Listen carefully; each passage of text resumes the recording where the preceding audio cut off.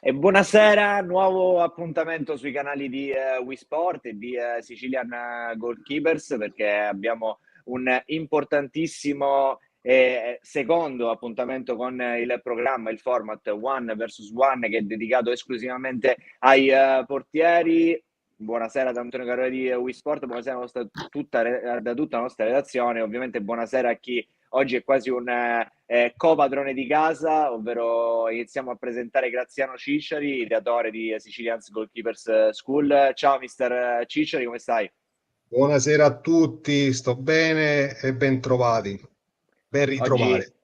esatto, ben ritrovati mister, ricordiamo in questo secondo appuntamento che ci avvicina sempre di più a quello che poi sarà il clou estivo del camp, ma ne avremo modo di parlare. Lasciami presentare invece chi ci farà compagnia stasera. Non siamo ancora al completo perché stiamo aspettando Michelangelo Rampulla, ma abbiamo il piacere intanto di presentarvi Fabrizio Carafa, attuale allenatore dei portieri della Virtus Francavilla, con un passato e un curriculum che parla da solo. Mister Carafa, benvenuto con noi e grazie per aver accettato l'invito. Grazie, buonasera a tutti, è un piacere mio. Abbiamo anche mister Stefano Prato, per cui le presentazioni, mister, forse sarebbero anche riduttive. Iniziato ad allenare quasi 25 anni fa, leggevo nella tua presentazione, tantissime anche per te le collaborazioni, soprattutto nelle zone del Liguri, se non ricordo Sì. male, tanti attestati, anche di questo avremo modo di parlare durante la trasmissione, ma proprio mentre noi stiamo parlando si è unito a noi, e vediamo se è pronto, e si è pronto anche Michelangelo Rampulla, a cui diamo ufficialmente il benvenuto nella nostra trasmissione. Grazie, grazie ragazzi, ciao, buonasera a tutti. Ciao, Buonasera, Buonasera. buonasera a buonasera. tutti. Scusate il posto, ma stasera mi ero dimenticato che mia nipote sta giocando a pallavolo e quindi dovevo venire a vederla. Vabbè, comunque. Assolutamente, per la famiglia, mister, Questo è altro, assolutamente questo è noi, altro, sì. noi ci siamo e comprendiamo. Ovviamente spieghiamo un pochino come si argomenterà la serata di questa sera per chi si sta collegando. Ovviamente può interagire con noi sui commenti della pagina Facebook sia di WeSport che di Sicilian Goalkeepers School. Tutte le domande verranno passate ovviamente qui ai nostri ospiti. Abbiamo il piacere di avere ovviamente Michelangelo Rampulla, con cui inizieremo un discorso, mister Cicciari, che penso sia molto rilevante ed importante arrivato a questo momento del ruolo del portiere, ovvero l'evoluzione che c'è stata negli ultimi 20 anni, 25 anni di questo ruolo. E Michelangelo Rampulla, diciamo, è quasi un artefice di questi primi cambiamenti, perché ha un record che è tutto suo e non glielo toglierà mai nessuno. Primo gol segnato da un portiere su azione in Serie A, un gol che magari oggi è più abbiamo più recente, è quello di Provedel in compagnia contro l'Atletico Madrid. Da lì, diciamo, mister Rampulla ha dato il via a tanti pazzi dei pali che si sono buttati in avanti per risolvere anche tante partite. Sì, Mister, beh, insomma, voglio dire, sono situazioni un po' estreme, no? Quelle del discorso di andare avanti, ne avrei fatto volentieri a meno, sinceramente, però visto il risultato credo di aver fatto bene, soprattutto per me, perché poi la squadra, beh, abbiamo pareggiato quella partita, ma poi non ci siamo salvati, quindi Cremonese-Atalanta, giusto Atalanta, sì, mister? sì, Atalanta-Cremonese, Atalanta-Cremonese, sì, Atalanta-Cremonese. sì, E allora, sì. partendo da qui, ovviamente parleremo di quello che poi è stata l'evoluzione e di quello che, se magari secondo voi che siete dei professionisti del settore, potrà essere anche il futuro del ruolo del portiere, se vi aspettate dei cambiamenti radicali nei prossimi anni, di stile, di possibilità anche di allenamento, diciamo dove siamo oggi e dove stiamo andando a parare rispetto appunto al ruolo del portiere. Io torno in regia e lascio gli onori di casa a mister Cicciari, vi auguro una buona trasmissione e ovviamente restate sempre sul pezzo, perché vi passo le domande dei nostri amici che sicuramente da casa avranno tante curiosità, quindi una buona puntata a tutti. Mister Cicciari, lascio a te. Ciao Antonio, a dopo. Grazie. Allora, intanto ne approfitto nuovamente per ringraziarvi per essere qui, per aver accettato questo invito. Sono sempre lusingato e orgoglioso di avere questo questi ospiti. Oggi, perdonatemi, ma lo sono doppiamente orgoglioso perché tra noi c'è, a parte diciamo il personaggio Michelangelo Rampulla, è un nostro conterraneo, quindi qui della provincia di Messina, quindi ci sarebbe anche da parlare di questo, ma non voglio un attimino dilungarmi, lascio la parola a voi, appunto partendo da Michelangelo, perché appunto ha vissuto degli anni importanti, ha vissuto diciamo delle esperienze importanti, si è fatto trovare sempre pronto anche in situazioni difficili, e ha visto un po' com'era ieri, come oggi e magari capire un po' dove si può arrivare domani, Michelangelo.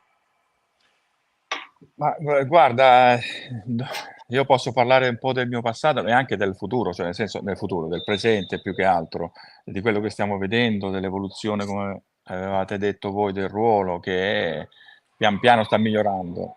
Io però non vorrei mai estremizzare ehm, questo concetto, nel senso che io capisco, è giusto che il portiere sappia impostare, giocare, vedere, però non dimentichiamoci che noi siamo preposti a evitare i gol e non, anche perché devi sempre pensare alla squadra, ai giocatori, ai compagni che hai vicino a te, che se sono più o meno bravi o di iniziare un certo tipo di gioco. Certo, il discorso coi piedi significa cercare di liberare un compagno libero sulla tua tre quarti, dobbiamo sempre pensare che non siamo dei registi, delle mezze punte che possiamo mettere davanti al portiere o con la possibilità di far gol ai nostri compagni. Siamo quelli preposti, siamo l'uomo in più, tra virgolette, l'uomo in più che ci permette di poter uscire fuori da una situazione critica e cercare di mettere l'avversario in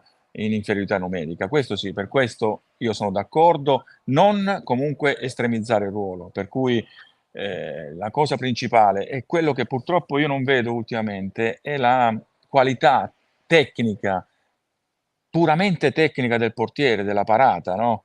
Quindi va bene tutto, migliorare, non essere, come dire, l'ultimo difensore, anche se effettivamente siamo così, però cercare di essere partecipe al gioco corale della squadra, partendo anche dal basso, comunque non sempre. E a questo proposito io dico una cosa, no? Parliamo del 1980, adesso sembro proprio vecchio, dico, ai miei tempi, no ai miei tempi, io sono partito da Patti, giocavo nella Pattese, negli allievi della Pattese e mi sono trovato in prima squadra in Serie B a Varese. Parlo di Eugenio Fascetti, allenatore, il mio primo allenatore, che appena sono arrivato, che mi ha messo da giocare titolare subito contro il Milan, mi ha detto: ricordati una cosa, tu non sei l'ultimo difensore, tu sei il primo degli attaccanti, per cui io ti parlo del 1980 e della mentalità che aveva già Fascetti. Cioè, io sono il primo attaccante, vuol dire che sono già, cioè lui era 40 anni avanti in questo senso, no? Adesso vediamo i portieri, anche Provedele, che è molto bravo coi piedi, che gioca con tranquillità, in Magnan e tutto, ma lui me l'aveva detto nel 1980. Quindi, perfetto, stiamo andando verso una qualità del gioco del portiere a 360 gradi e io sono d'accordo e mi piace perché io ho iniziato da attaccante, per cui sono contento di poter giocare coi piedi. Ti ha aiutato Quindi, questo? però sì, però voglio dire, non dobbiamo tralasciare il discorso tecnico. Io vedo troppi portieri con una palla, adesso mi addentro in cose, con una palla centrale, facile da parare, respingere la palla. Perché? Qual è il motivo? Sei insicuro? Ci sono delle giornate in cui non sei sicuro e allora qualsiasi palla ti sembra un macigno e vorresti allontanarla sempre.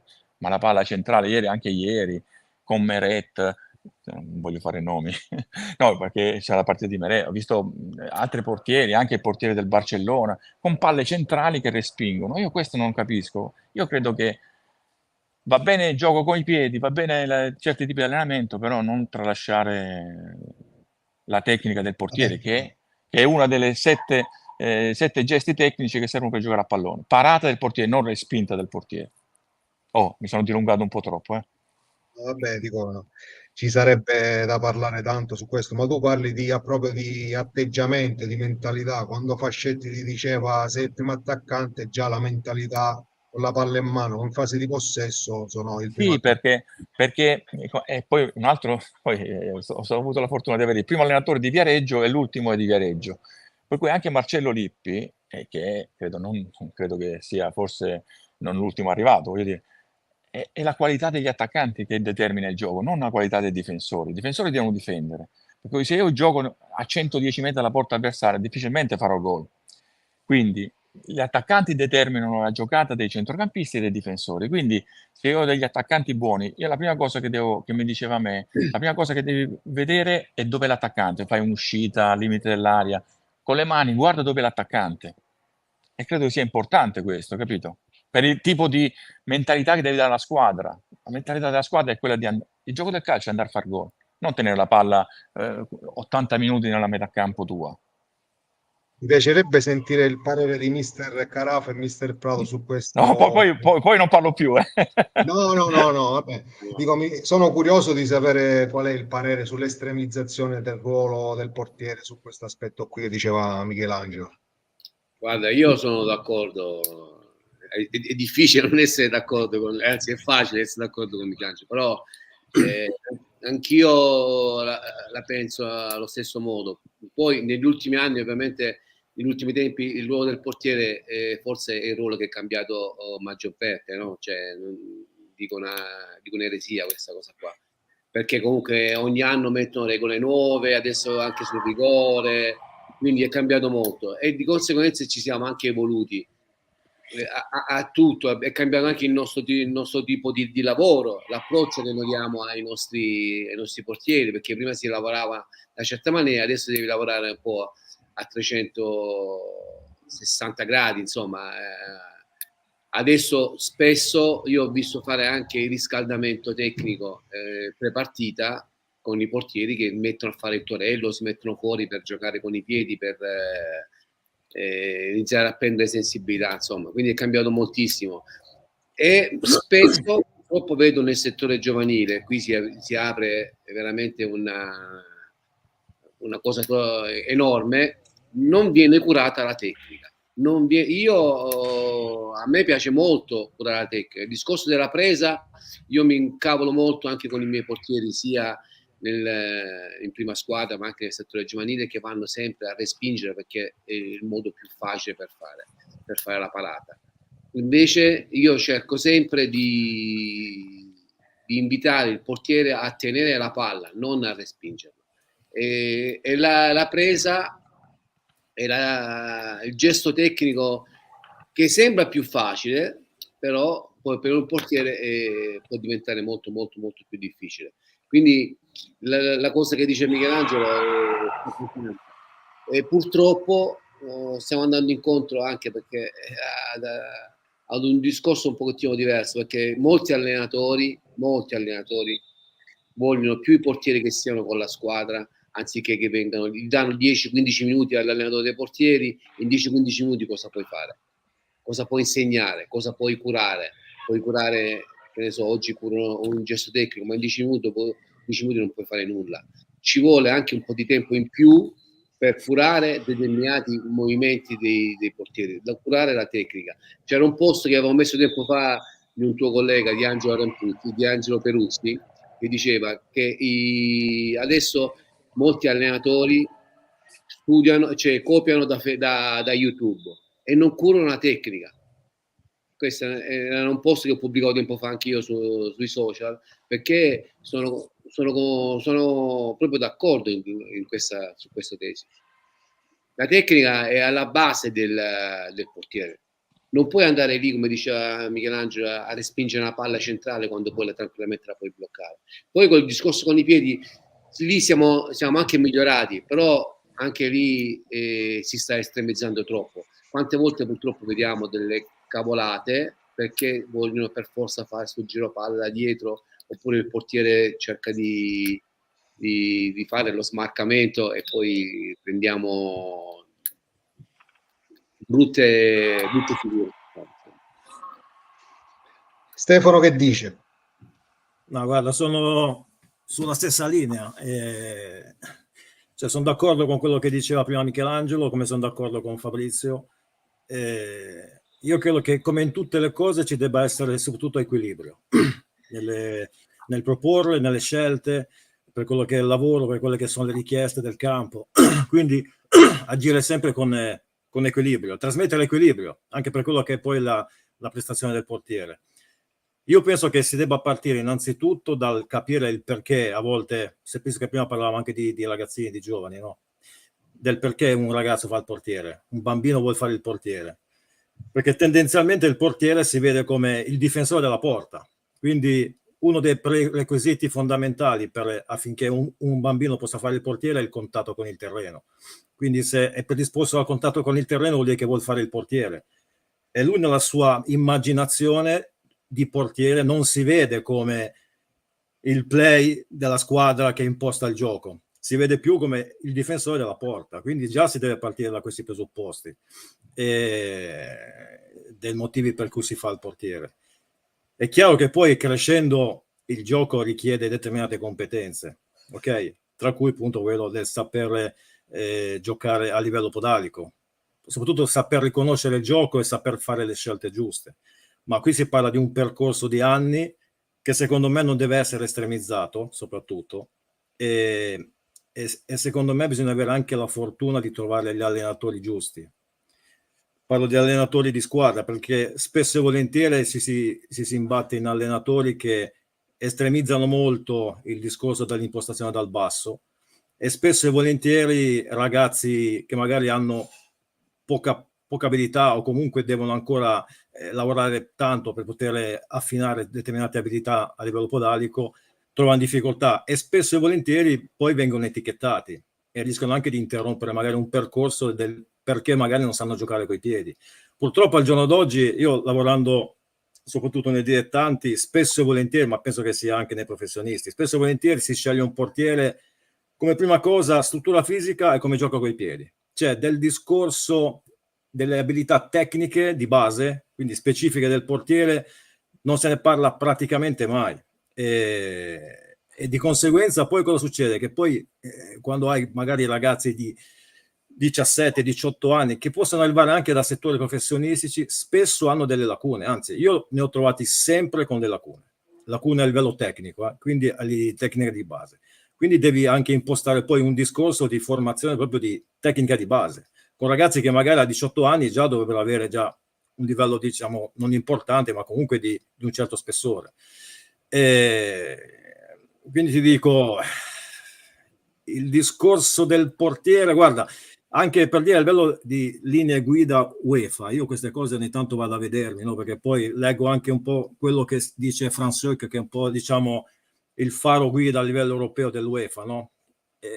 Addirittura il portiere cominciamo a definirlo non più come goalkeeper, ma come goal player, nel senso che lui lo definisce come un giocatore di movimento che para, capito? Quindi già a livello di linee UEFA siamo su questa sala qua. Secondo me è troppo estremizzata, è troppo oltre, perché poi alla fine ci troveranno dei portieri che magari saranno bravi a giocare, diciamo, come play, esattamente, e poi magari non sanno tenere una palla, non sanno comportarsi nella maniera più adeguata e più efficace possibile a livello tecnico. Anche il discorso della presa, no? Io, per dire, io ho qualche anno come un po' tutti, no?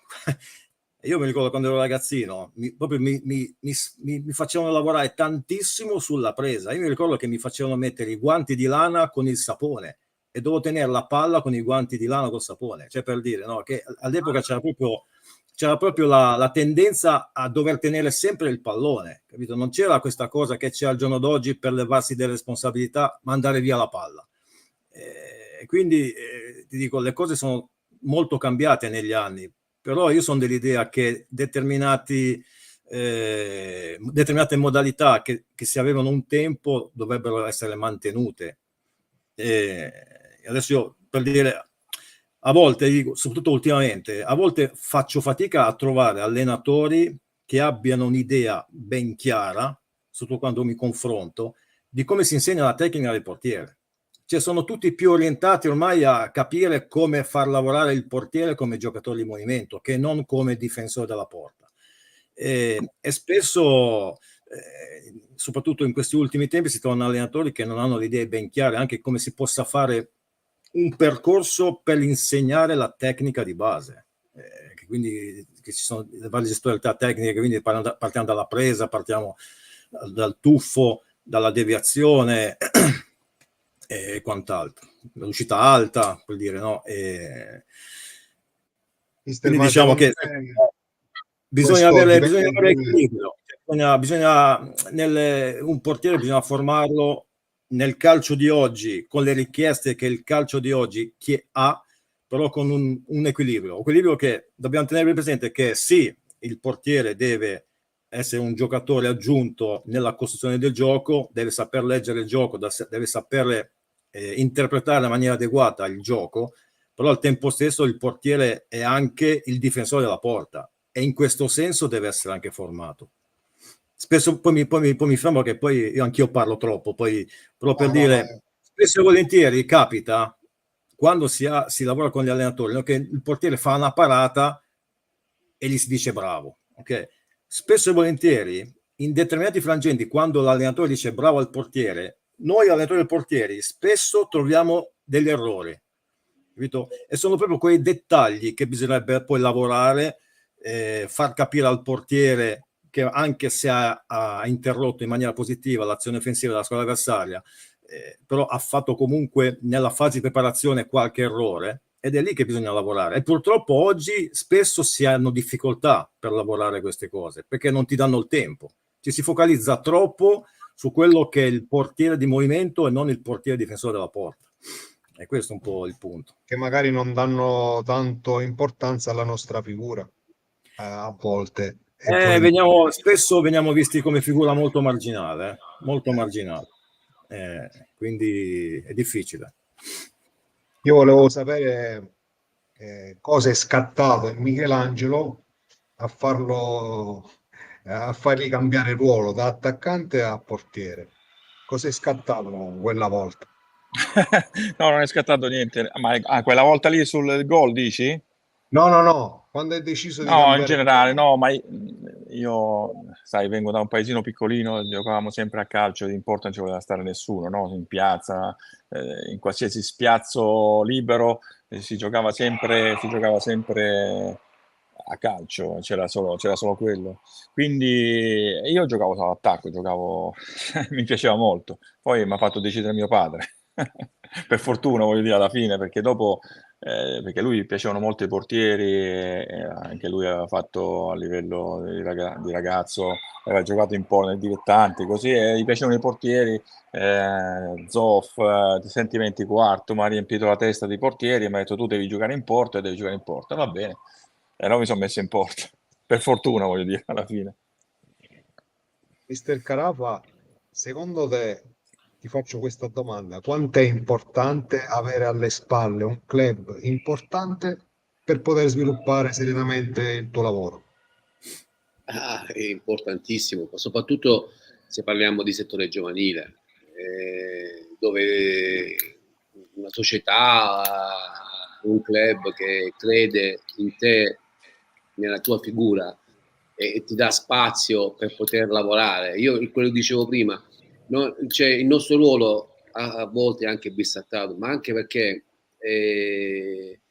ti danno quei 7, 8, 10, 15 minuti solo per riscaldarlo e poi lo vogliono subito gli allenatori. Mentre se una società è convinta di quello che vuole fare, tu allenatore hai bisogno di tempo specifico per insegnare la tecnica, insegnare l'ABC. Bisogna partire dall'ABC se parliamo del settore giovanile. Nelle prime squadre, nei portieri evoluti, ovviamente un discorso completamente diverso, ma anche lì è molto importante che una società creda nello staff che ha creato e soprattutto nel lavoro dei portieri. Molto spesso il nostro ruolo, sia nei dilettanti ma anche in qualche squadra professionistica, l'allenatore dei portieri viene preso perché è del posto, perché magari si può accontentare di un rimborso spese, perché la società non può permettersi il lusso di pagare magari il vitto e alloggio ad una persona che viene da fuori e tante cose, eccetera, eccetera. Quindi magari viene privilegiato, magari è anche bravo, per carità, io non voglio mettere in dubbio l'operato delle persone, però viene preso magari in considerazione quella persona che magari anni fa ha fatto il portiere e che magari si può ricordare quello che gli facevano i suoi preparatori, senza andare a prendere magari una persona o professionista o non professionista che è valida, che magari ci mette dell'impegno, che ci mette passione, che si aggiorna, perché il nostro ruolo, come dicevo prima, è cambiato e continua a cambiare. Noi facciamo questi corsi del GKB, GKA, che ti insegnano sempre cose nuove, ti vogliono portare a recepire delle cose nuove, come allenare magari il portiere in una certa maniera, perché il calcio sta andando anche in un'altra certa maniera, cambia moltissimo. Quindi avere una società alle spalle che è convinta, dice io scelgo Tizio e Caio, però sono convinto che lui sia bravo e gli deve dare un po' di tempo per poter mettere in atto quello che lui ha in testa, soprattutto, secondo il mio modesto parere, nel settore giovanile. Ora mi dovete perdonare un secondo, perché io ho tifato tanto e tifo ancora per la Juve, quindi devo fare una domanda per forza a Michelangelo. Ognuno ha le sue croci. No, ma dico, ne approfitto per capire cosa si prova, cioè aver vissuto, diciamo, la Champions League da protagonista, dico, vivere certe partite, dico, o si ha dentro già come caratterialmente o si deve acquisire, dico, lo sperimenti sul momento e dote innata che guarda, ce la deve avere meno. Guarda, il discorso è che tu fai questo mestiere, questo gioco, perché hai passione, una grande passione, che poi puoi essere in Serie D, interregionale, puoi essere in Lega Pro, puoi essere nella Champions League. Se hai la passione, qualsiasi competizione sembra, non dico uguale, però è della stessa cosa, no? Cioè, non lo so come dire, è lo stesso campo, magari la cosa che cambia, oltre naturalmente all'aspetto tecnico delle due squadre, è il contorno, no? La gente che c'è intorno. Però alla fine è una partita di calcio. Se tu fai con passione in Serie D, in Lega Pro, e la fai con passione anche in Champions League o in Serie A, l'importante è pensarla con la passione che hai dentro. Io l'ho sempre affrontata così, per cui come giocavo a Cremona, a Varese, squadre più o meno piccole che ho giocato sempre, così ho fatto anche alla Juve quando sono arrivato. Mi sono trovato con Baggio, Vialli, Giulio Cesar, Kohler, gente che ha fatto i mondiali e tutto, no? Poi alla fine ti trovi con questa gente e capisci il valore, no, del calcio, quello vero. Però, ripeto, è da affrontarla con la stessa passione. Io non ho mai giocato nei dilettanti, però penso che sia stato uguale, perché quando giocavo negli allievi a patti mi divertivo, avevo passione, avevo voglia di giocare, avevo voglia che mi tirassero in porta. E così era quando ho giocato in Champions League o in campionato in Serie A. Quindi io credo che sia la passione che muove tutto, almeno per quanto riguarda me, e credo che per tanti ragazzi che giocano sia quello. Non credo che sia soltanto un fattore solo economico, se no finirebbe dopo un paio d'anni. Non credo che sia un segreto. Cioè, quando ho iniziato mi piaceva giocare a calcio, volevo giocare a calcio, per cui se fosse stata Coppa Campione, fosse stata il torneo amatoriale, per me era uguale, capito? Quello che ti piace fare, però io vedo alcuni ragazzi che hanno questa ma adesso è un po' diverso. Adesso è un po' diverso, sì. Adesso è un po' diverso. Però, sai, dovrebbe ritornare un pochettino al tempo della sola passione, Poi la conseguenza è il fattore economico, normale, cioè, non è che uno deve giocare gratis, visto che ci sono tanti di quei soldi che fanno paura. Voglio dire, vabbè, io credo che quello sia la conseguenza. Invece molti nel settore giovanile, per tornare al settore giovanile che diceva prima Fabrizio, oltre all'aspetto tecnico e tutto, ci sono i genitori che purtroppo pensano di risolvere tutti i problemi Con il figlio che va col figlio che va a giocare, quindi costringono anche se non ha voglia, per cui lì è la cosa peggiore, voglio dire. Per questo io parlo di passione. Se hai passione per fare una cosa, la farai al meglio. Poi, sai, se c'hai anche del talento che viene allenato bene, allora emergi. Devo chiedere a Mister Prato, che tra l'altro seguo da un po' di tempo perché lui scrive, ha fatto diversi articoli, dico, del ruolo ha lasciato il segno. Rispetto Faccio un al... sacco di parole, faccio No, un no, sacco no. di parole. Non c'è tanto materiale per chi come me, che si vuole documentare, dico, difficilmente trovi qualcosa di interessante, dico, non è che vai su YouTube o su internet e trovi tutto quello che vuoi, no? Quindi quando c'è qualcosa di fatto bene che ti attira l'attenzione, dico, chapeau, no? La cosa che intanto ho avuto l'onore di conoscere Michelangelo quest'estate, anche se per poco tempo abbiamo scambiato qualche chiacchiera.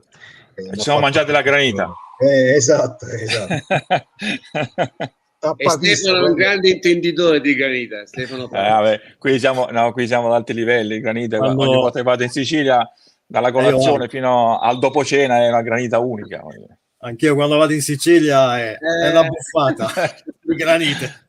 Sì, sì, Dico, sì, sì. a proposito di questo, dicevo, Mister Carafa ormai qua è casa sua pure per lui, no? Ormai dico, questo sarà il terzo anno di fila, no? Sì, sì, sì. Al camp.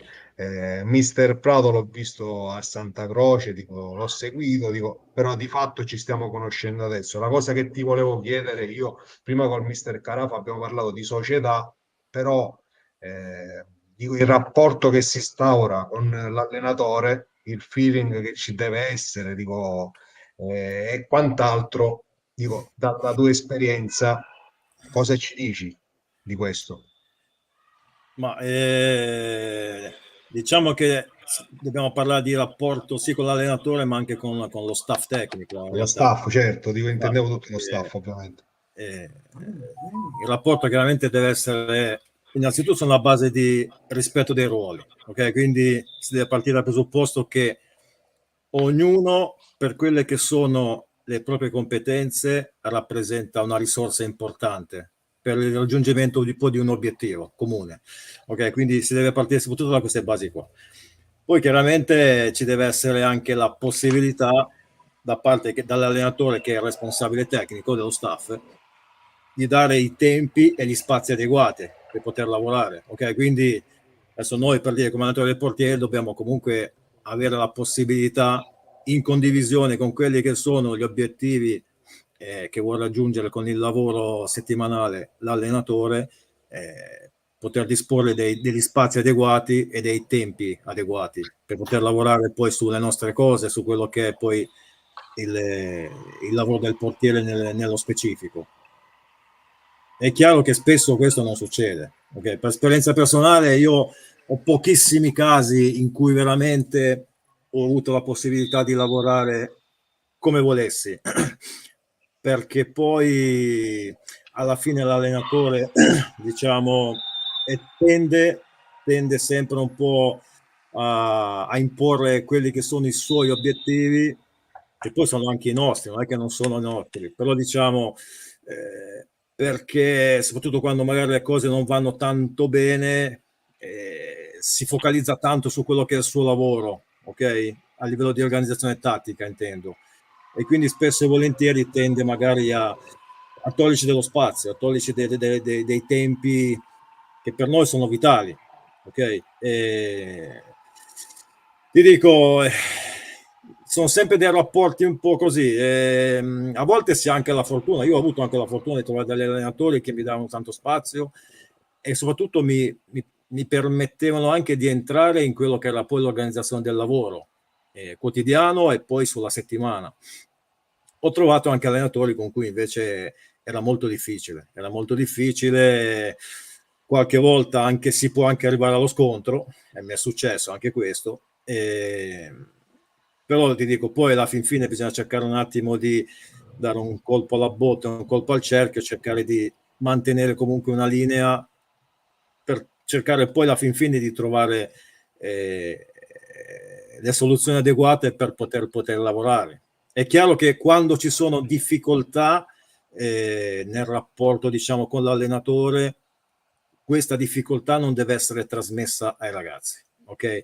Cioè bisogna fare in modo che i ragazzi non percepiscano le difficoltà, perché spesso può capitare, soprattutto quando hai a che fare con portieri un po' più esperti che vedono che magari si lavora poco, cominciano a dirti ma perché non si lavora qua, perché insomma vedono solo che c'è poco spazio per il lavoro. Allora a quel punto bisogna sempre trovare un po' le giustificazioni giuste per fare in modo che non percepiscano magari delle difficoltà a livello organizzativo con l'allenatore. Però ti dico, tante volte non è semplice. Bisogna, anche in questo, secondo me, per l'allenatore del portiere dovrebbero fare dei corsi, oltre che corsi di psicologia, anche proprio per imparare a rapportarsi in questi frangenti. Ti dico, poi al giorno d'oggi è chiaro, non c'è solo l'allenatore, ci si rapporta anche con il preparatore fisico, il preparatore atletico, per dire, col fisioterapista è importantissimo. Ormai al giorno d'oggi l'allenatore del portieri deve avere un rapporto molto stretto col fisioterapista o comunque con chi è preposto al recupero infortuni, perché spesso il portiere magari o va in affaticamento o ha delle problematiche fisiche, quindi sapere anche dialogare con il fisioterapista e trovare sempre gli aggiustamenti giusti, adeguati, per fare in modo che non si infortuni o che comunque non vada in fatica, non vada in difficoltà a livello fisico. E poi anche per dire, al giorno d'oggi, una figura che ormai negli ultimi anni sta venendo fuori, all'interno dello staff bisogna avere anche un rapporto importante con il match analyst, perché spesso e volentieri nella preparazione della gara c'è bisogno del suo lavoro per capire l'impostazione tattica o l'individualità della squadra avversaria e poi lavorare di conseguenza. Io personalmente, diciamo, io non lo uso poco il match analyst, perché comunque tutto ciò che riguarda le palle inattive a sfavore o l'individualità della squadra avversaria me le preparo io. Però ti dico, tendenzialmente bisogna anche poter lavorare con il match analyst. Però ti ripeto, per quanto riguarda l'allenatore, secondo me è un problema, diciamo, che hanno un po' tutti dentro dei portieri, generalmente. In tutte le categorie. Secondo me, a partire dalla Serie A a scendere, tutti magari hanno qualche difficoltà a potersi organizzare con l'allenatore. Poi è chiaro che noi poi dobbiamo sapere anche trovare gli aggiustamenti o le soluzioni. Spesso a volte si risolve lavorando magari prima della squadra o magari ritagliandosi degli spazi dopo l'allenamento, chiaramente sempre facendo in modo che comunque il portiere non vada in sovraccarico con il lavoro, cioè trovando sempre gli aggiustamenti giusti, si trovano delle soluzioni che comunque ti permettono di lavorare nel limite del possibile senza andare poi a far mancare al portiere quelle che poi sono quei lavori o quelle preparazioni alla gara, sia a livello tecnico ma anche a livello tattico, perché comunque l'allenatore dei portieri lavora anche a livello tattico, non è che lavora solo con la squadra a livello tattico, anche solo per la preparazione delle palle inattive, quando si lavora sui calci d'angolo, lavori con i portieri, con le sagome, o facendo dei disturbi a livello attivo, insomma, sono varie modalità, però si lavora anche noi a livello tattico, non è che lavora solo l'allenatore. È un discorso ampio, comunque, è un discorso ampio, quindi non è di facile. Ci sarebbe tanto da dire. Graziano, scusate, vi devo abbandonare, però vi prometto che ci sarò quando volete, la prossima volta. Stasera mi avete preso una cosa che mi ero dimenticato, come ho detto prima. Ti prendiamo in parola, Michelangelo, quindi sei convocato a breve. Anche perché sono dovuto uscire fuori dalla palestra perché ci muore dal freddo. No, vai tranquillo. Ti ringrazio. Ragazzi, è interessante, mi piacerebbe ancora condividere con voi questi momenti. Se mi invitate la prossima volta ci sarò. Ti ringrazio e ti prendo in parola. Ci sarò. Spero ragazzi, Fabrizio, Stefano, buon lavoro, è stato un piacere, ci vediamo presto. Grazie, Ciao. Ciao Graziano, un abbraccio, buonasera a tutti. Un abbraccio. Ciao. La cosa che volevo chiedervi, Mister Carafa l'ha anticipato prima, il discorso dei corsi che abbiamo fatto, GKB, di questi presenti l'abbiamo fatto tutti, giusto? Quindi noi parlavamo di tecnica, l'UEFA ci dice un po' di più, come diceva Mister Prato, di riconoscere un po' la situazione, riconoscere il gioco. A livello europeo sono più bravi di noi a capire il gioco, magari, no? Noi diamo più peso, più importanza alla tecnica, e l'Europa, diciamo, fa più attenzione alla situazione, riconosce attenzione. Dico, non mi voglio imbarcamentare in questi argomenti, però la cosa che volevo chiedervi è qual è il portiere che per voi, diciamo, o i portieri vedete, diciamo, tra i migliori in questo momento, sia in Italia che in Europa? Adesso in Italia finalmente, adesso da un po' di tempo, insomma, stanno uscendo i ragazzi nuovi, Curati, Carnesecchi, insomma, ce ne stanno. A me personalmente piace molto, ma non adesso che è a Tottenham, Vicario, piaceva già da 2 o 3 anni come interpreta appunto il nostro ruolo, il ruolo del portiere. Secondo me è uno dei più validi. Poi qui in Italia, non perché sono interista, ma Sommer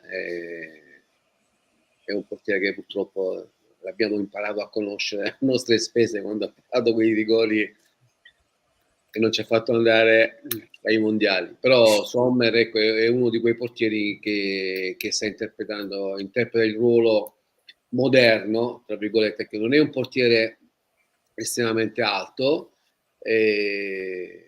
però è un portiere che sente molto, molto bene la porta, gioca bene con i piedi, incrociamo le dita perché io sono tifoso interista, insomma, di andare fino in fondo mi piace molto. Poi comunque ce ne sono parecchi, quindi anche Turati sta facendo molto bene, è un portiere, insomma, un ragazzo del 2002 se non sbaglio, quindi già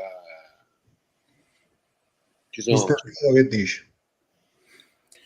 Ma sono d'accordo con Fabrizio. Io sono dell'avviso che in Italia a livello di giovani portieri ne abbiamo più di uno interessanti, che hanno delle potenzialità per poter crescere ulteriormente e mettersi in grande luce nei prossimi anni. Ma io ti dico, a me piace molto Carnesecchi. Carnesecchi mi piace anche come personalità, come si pone in gara. Adesso non lo dico perché ha parato 2 calci di rigore l'ultima volta, però proprio è già qualche anno che lo seguo. Mi piace come portiere. Poi lo vedo proprio predisposto per diventare proprio un portiere adatto al calcio moderno, al calcio di oggi. Un po' come siamo un po' sulla stessa linea, diciamo, di Vicario, secondo me. Siamo su questa linea. Poi chiaro, in Italia abbiamo anche altri portieri. Turati a me per dire piace molto, è un ragazzo secondo me interessante, un ragazzo che anche ha una storia giusta secondo me per farlo poi maturare negli anni. Mi piace però vederle. Ci sono anche Montipò, per dire, è un buon portiere, ma ne abbiamo più di uno in Italia secondo me di ragazzi con un certo profilo. Parlo molto bene di Martinelli, quello No, io Martinelli lo seguo un po' così a distanza, anche perché nel 2006 se non sbaglio.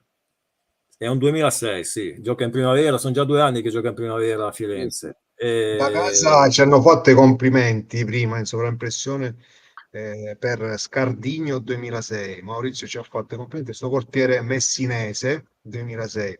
Dico, per parlare di portieri messinesi alla Sampdoria ci sarebbe anche Cataldo. È un nome che ho già sentito perché a Samp io ce l'ho qua a pochi chilometri, si può dire, quindi ed è un nome che mi è già arrivato all'orecchio. Non ti saprei dire le caratteristiche, però è un nome che ho già sentito, mi è già venuto all'orecchio, già me ne hanno parlato bene. Adesso, poi sicuramente la prima occasione approfondirò. ti dico invece di Martinelli, che diceva Fabrizio, è un prospetto interessante, è un prospetto, lo sto seguendo anche perché poi lo lavora con Savorani, che è un mio caro amico, quindi ogni tanto due confronti li faccio anche con lui, quindi se ne parla bene, ma lo sto seguendo e ti Ma posso da un po' di garantire. anni che se ne parla bene. Io ho Sì, avuto sì, ma Max Benassi che l'ho allenato e già da un paio di anni mi ha detto che è un sì, ha portiere. delle Adesso potenzialità non indifferenti. si allena con la prima squadra, che è diventato il terzo insieme appunto con Savorani, e quindi Sì. ne parlano veramente bene. Però comunque sì, come dicevamo prima, fortunatamente stiamo ritornando, insomma, ad essere... In Italia abbiamo anche, per dire, un ragazzo, secondo me, che per motivi vari non è potuto esplodere, che è Scuffè, perché, per dire, agli anni dell'Udinese, a 17 anni giocava già in Serie A, poi Certo. con quella storia dell'Atletico Madrid che non ha voluto andare, insomma. Si è segato le gambe. Gli hanno messo un po' i bastoni fra le ruote. Però ti dico, quando è stata a Spezia con Lello, senatore, ha fatto una stagione molto importante. Sì, Adesso è tornato in Italia di nuovo a Cagliari, e sta facendo di nuovo molto bene. Quindi è un ragazzo che mi ha trovato tanto, e è un 96, e comunque è un portiere anche lui con delle potenzialità importanti. Ti dico, noi in Italia secondo me abbiamo portieri validi. Abbiamo portieri validi che stanno crescendo, che stanno maturando, e sicuramente qualche profilo che magari poi sarà anche di respiro a livello internazionale ne verrà fuori. E secondo me Carnesecchi è uno dei candidati. Fabrizio, da casa, l'amico mio Sandro Cugliotta è d'accordo con te sul discorso che si scopiazza da YouTube e se ne fa abuso. Invece la domanda che fa Pino è quella se si ritiene importante un'altra figura, sia per il portiere che i giocatori di movimento, che quella del mental coach. Il mental coach, ripeto, siccome il calcio è cambiato e cambierà, continuerà a cambiare. Adesso anche da un po' di tempo c'è questa figura del mental coach che molti calciatori, sia portieri o giocatori di movimento, ne usufruiscono. Io la ritengo non importante, però se ad un portiere gli sta bene, perché no? Qualsiasi cosa che lo possa far stare tranquillo per me va benissimo, non trovo nessunissimo problema. Può essere importante se ci credi, se ti fa stare bene. Il portiere poi lo sappiamo perfettamente, è un ruolo veramente atipico, è il ruolo più difficile e più bello nel calcio, secondo me. Quindi hai bisogno di essere sereno. Io anni fa parlavo con un mio amico Fabrizio Lorieri, mio carissimo amico, mi diceva sempre una cosa. Lui ha fatto anche la tesi per il patentino del UEFA, che l'ho letta. Praticamente lui diceva che il portiere si deve proprio isolare da tutto, perché magari che ne so, ha litigato con la moglie, magari c'ha la figlia che non sta bene, magari ha un problema a casa. Lui però deve essere così bravo da quando entra in partita, quando entra in campo, di isolarsi da tutto, di lasciare tutto. E non è facile, perché un calciatore giocando, cammino, scattando, facendo, potrebbe, usiamo il condizionale, essere più semplice. Per un portiere che sta lì, che devi essere concentrato 95 minuti, perché magari puoi essere non impegnato per tutta la partita, al 90esimo ti fanno un tiro, se non sei concentrato sei fregato, e quindi metti la tua squadra in difficoltà. È un livello di concentrazione notevole. Se c'è la possibilità, se ti senti tranquillo di fare la seduta con il mental coach, perché no? Non ho nessunissimo problema. L'importante, ripeto, è che ti faccia stare bene. Io ho avuto in passato un allenatore che ha voluto mettere lo psicologo. Abbiamo fatto delle sedute, sia i ragazzi, cioè la squadra, eravamo presenti anche noi, però partecipavano i ragazzi, e con questo psicologo, perché l'allenatore all'epoca era convinto che una seduta una volta ogni 15 giorni con lo psicologo poteva portare dei benefici alla squadra. E quindi alcuni ci credevano, altri ragazzi, altri magari non ci credevano. E quindi poi alla fine il gruppo si è scremato, mi ricordo da 24-25 calciatori, alla fine sono rimasti 16 ragazzi che andavano, che gli piacevano una volta a settimana, una volta a 2 settimane, se passa un po' di tempo non ricordo, comunque si faceva era una riunione di gruppo. E quindi perché no? Poi c'è l'altra cosa, c'è anche il lavoro di fare della visual training. Adesso sono uscito fuori, c'è un mio amico che è molto bravo, che lavora anche con portieri di Serie A, che fa questo visual training. È molto, anche questo, se con il mio portiere lo fa stare bene, lo può migliorare, perché no? Perché non farlo? E altri ho parlando dicono no, ma no, queste sono stronzate, cosa fai? Ma no, io se ci credi, se ti fa stare bene, io sono d'accordo. No, ma è importante quello che dici, perché l'aspetto mentale per il portiere è molto importante. È top. A differenza del giocatore in movimento, il portiere durante la gara passa molto tempo, diciamo, isolato un po' dal gioco e per forza di cose pensa, ok? Quindi deve essere portato durante la gara a portare la sua attenzione soprattutto sul gioco. Quindi quando magari, come diceva Fabrizio, hanno qualche problema anche a casa o con gli affetti o problemi loro personali, spesso questo va a incidere poi sulla prestazione. E quindi il compito del mental coach, che non è uno psicologo, perché i mental coach quando vengono definiti psicologi si incavolano. Sono due cose completamente diverse. Sono due cose completamente differenti. Sì. Quando hanno queste problematiche, il mental coach comunque, come giustamente dice Fabrizio, se li porta a stare bene, perché no? Assolutamente sì. Cioè, l'importante è che il portiere, quando entra in campo, sia sereno e tranquillo. Cioè, nel senso che appunto mentalmente deve sentirsi proprio pronto per giocare. Ok? Quindi non deve avere pensieri che lo vanno a condizionare o a distogliere da quello che è poi il suo compito in campo. Ok? Quindi assolutamente no. Quindi sono figure che comunque sono già qualche anno che sono entrate nel calcio. Io personalmente sono dell'avviso che se portano beneficio è giusto che ci siano, non sono precluso a prescindere, assolutamente. Io ti dico, sono figure che comunque nuove, che secondo me negli anni poi entreranno in pianta stabile in tanti staff tecnici, proprio per la cura proprio a livello mentale dei giocatori e del poi ci sono anche alcuni allenatori che tra virgolette lo pretendono, lo cercano, e sì, quindi per fare sia diciamo gruppo o anche mentalmente. Ci sono molti calciatori, molti professionisti che comunque ne sfruttano di questa tra virgolette sfruttano insomma di questa figura, perché li fanno stare bene, riescono a trovare dei punti dove certo, loro possono migliorare. Io poi per esempio parlo un discorso mio personale, durante la partita la domenica parlo pochissimo col portiere. Io solo quando ci vediamo a colazione la mattina oppure a pranzo dico tutto ok e basta. Se mi dice tutto cosa mi basta che mi guarda così. Lo stesso durante la partita.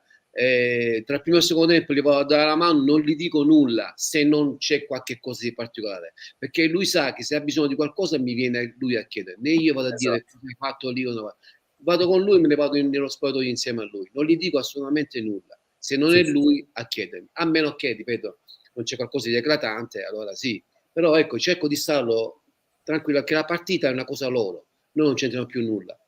Esatto, sono assolutamente d'accordo. Questo il riscaldamento che faccio io, alcune volte dico ti va bene, oppure alcune volte mi dice no basta, a me se non voglio manco fare il cross, a me va bene, tanto che poi dopo sei al 100%. alla domenica comandano loro, sono assolutamente d'accordo. Bello, Infatti bello. io glielo dico sempre, io la domenica sono lì in rispettoso silenzio. Se avete bisogno sapete dove cercarmi.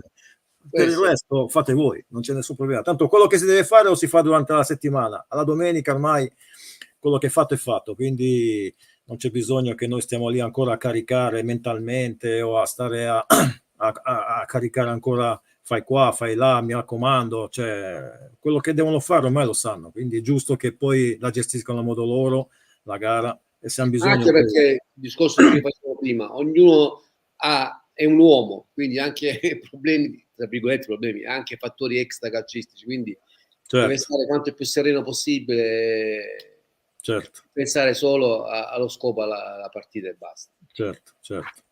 C'è da casa il nostro collega che ci tiene particolarmente a fare una domanda.